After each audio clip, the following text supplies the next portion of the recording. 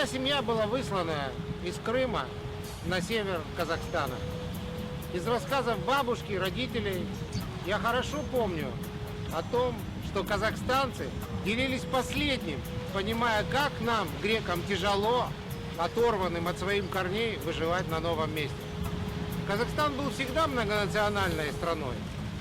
Греки, русские, казахи, чеченцы и другие национальности всегда жили с пониманием и уважением друг к другу. Наши родители были выброшены прямо вот на снег. Пришли казахи, вот к тому эшелону, в котором были мои родители, пришли и увели их к себе в аул. Наша семья была репрессирована в 1937 году, 20 ноября. 36 человек из моего рода были расстреляны.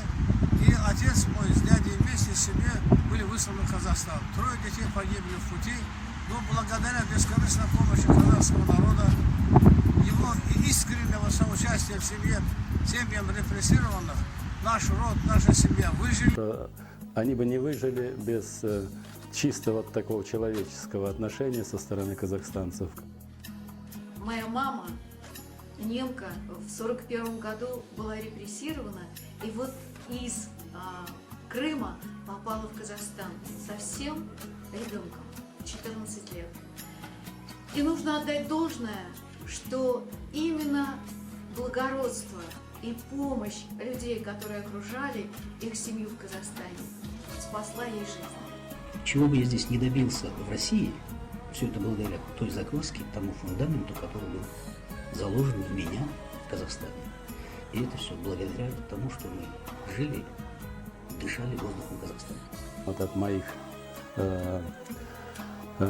земляков, от моих соотечественников я как раз хочу сказать казак Элине Рахмет Казахстану, да, и желаю ему дальнейшего процветания. Мои предки, прабабушки и прадедушки в 40-х годах были сосланы из Польши в Казахстан.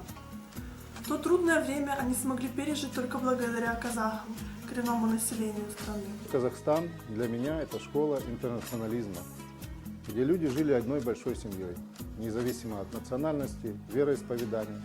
И это я всегда в своей жизни ставлю в пример.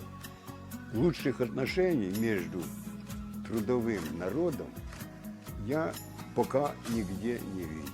Қазақтың наны жеп, суын ішіп, өсіп өнген, қазіргі кезде үштінің кіндігінде несібесін, шашылған несібесін теріп жүрген еврейлерден сіздерге үлкен рахмет.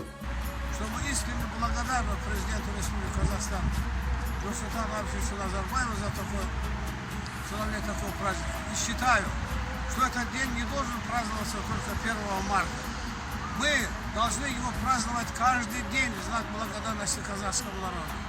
Ежедневно мы обязаны своей жизни казахскому народу, который хлебом, солью встретил нас, согрел, спас нас от гибели, от полного уничтожения семьи.